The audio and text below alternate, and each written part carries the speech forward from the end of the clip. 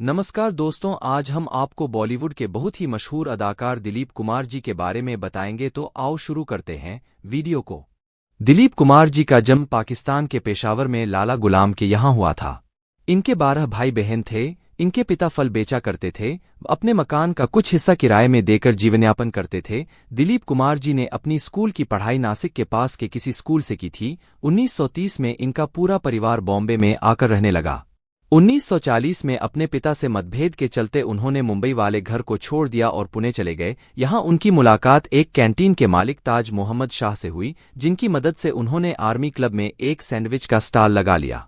दिलीप कुमार के जन्म का नाम मोहम्मद यूसुफ खान है। उनका जन्म पेशावर, अब पाकिस्तान में हुआ था। उनके पिता मुंबई आ बसे थे, जहां उन्होंने हिंदी फिल्मों में काम करना शुरू किया।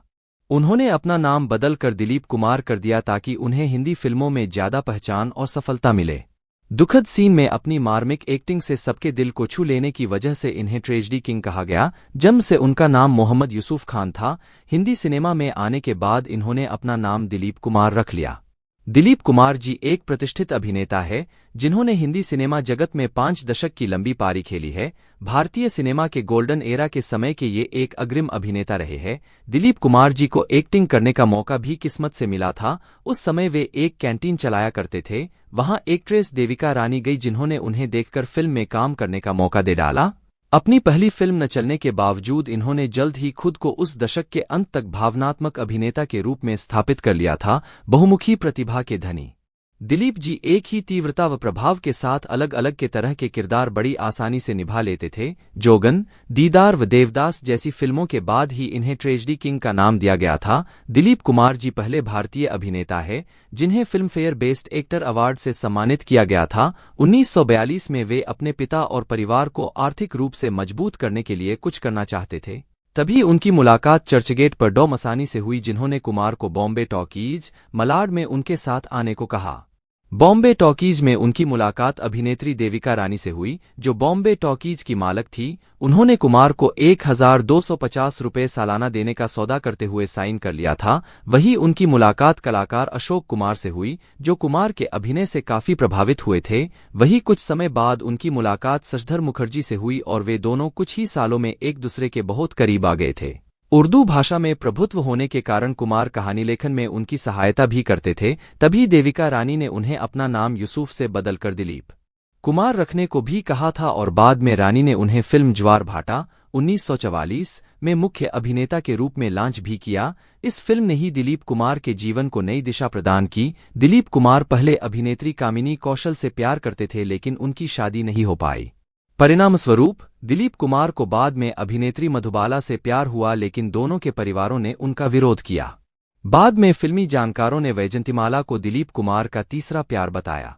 दोनों ने ही अपने करियर में 1955 से 1968 के दरमियान काफी सफल फिल्में भी दी, लेकिन अंततः 1966 में दिलीप कुमार ने अभिनेत्री सायरा बानू से शादी कर ली, जो उस समय उनसे 22 साल छोटी थी। दिलीप कुमार ने 1980 में अस्मा से दूसरी शादी भी की, लेकिन उनकी यह शादी ज्यादा समय तक नहीं टिक सकी।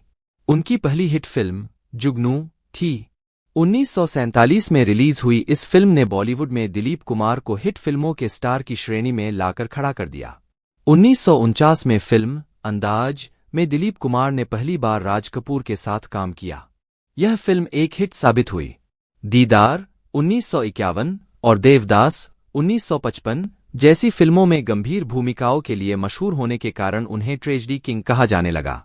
मुगल-ए-आजम 1960 में उन्होंने मुगल राजकुमार जहांगीर की भूमिका निभाई। राम और श्याम में दिलीप कुमार द्वारा निभाया गया दोहरी भूमिका डबल रोल आज भी लोगों को गुदगुदाने में सफल साबित होता है। 1970, 1980 और 1990 के दशक में उन्होंने कम फिल्मों में काम किया। इस समय की उनकी प्रमुख फिल्में थीं क्रांति 1981, विधाता 1982, दुनिया 1984, कर्मा 1986, इज्तदार 1990 और सौदागर 1991। 1998 में बनी फिल्म किला उनकी आखिरी फिल्म थी। उन्होंने रमेश सिप्पी की फिल्म शक्ति में अमिताभ बच्चन के साथ काम किया। इस फिल्म के लिए उन्हें फिल्म फेयर पुरस्कार भी मिला। उनकी पहली फिल्म ज्वार भाटा 1944 में रिलीज हुई थी, जिस पर किसी का ध्यान नहीं था। 1947 में उन्होंने महान गायक अभिनेत्री नूर जहां के साथ काम करने का मौका मिला जो उनकी पहली बड़ी हिट थी। 1949 में उन्होंने राज कपूर के साथ रोमांटिक नाटक फिल्म अंदाज में सहाभिनय किया जो एक बड़ी सफलता बन गई और उन्हें एक स्टार बना दिया। 1950 के दशक के दौरान वह बॉलीवुड के सबसे बड़े सितारों में से एक थे। दीदार 1951, अमर 1954, देवदास 1955 और मधुमती 1958 जैसी लोकप्रिय फिल्मों में दुखद भूमिका निभाने के लिए जाने जाते हैं, जिससे उन्हें ट्रेजेडी किंग का खिताब मिला। 1961 में उन्होंने हिट गंगा जमुना का निर्माण किया और अभिनय किया, जिसमें उन्होंने और उनके वास्तविक जीवन के भाई नासिर खान ने शीर्षक भूमिका निभाई। फिल्म की सफलता के बावजूद उन्होंने इसके बाद किसी भी फिल्म का उत्पादन नहीं किया। ब्रिटिश निर्देशक डेविड लैन ने उन्हें 1962 के ब्लॉकबस्टर अरब के लॉरेंस में शेरफ अली की भूमिका की पेशकश की थी। हालांकि कुमार ने इसका हिस्सा होने से मना कर दिया। 1960 के दशक के मध्य में बॉक्स ऑफिस की एक छोटी अवधि के बाद जब फिल्म राम और श्याम 1967 में उन्होंने दो अलग अलग जुड़वा बच्चों की दोहरी भूमिका निभाई, जो वर्ष की सबसे बड़ी बॉक्स ऑफिस हिट थी। राम और श्याम की सफलता ने नए मकाम बनाए और इस फिल्म के कई रीमेक बने।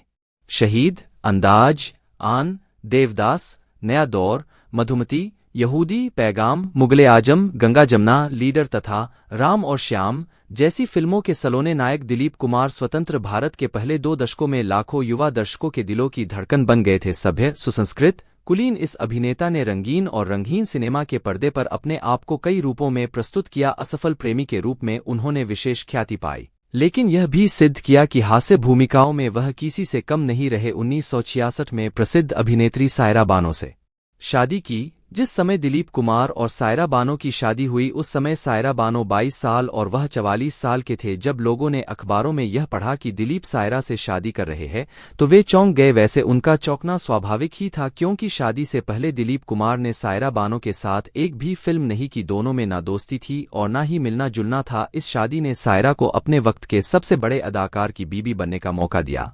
सच तो यह ही कि बाद के दिनों में सायरा को अपने आइडियल स्टार के साथ गोपी, सगीना, बैराग, दुनिया जैसी सुपरहिट फिल्मों में काम करने का अवसर भी मिला। दिलीप साहब की देवानंद और राज कपूर दोनों से दोस्ती थी, लेकिन राज साहब से उनके बड़े नज़दीकी रिश्ते थे। दोनों ही पाकिस्तान के पेशावर में एक ही मोहल्ले, एक ही सड़क के रहने वाले थे। बिल्कुल भाइयों जैसा रिश्ता था। देव साहब थोड़ा अलग किस्म के शख्स थे, लेकिन उनके साथ भी दिलीप साहब ने दोस्ती निभाई।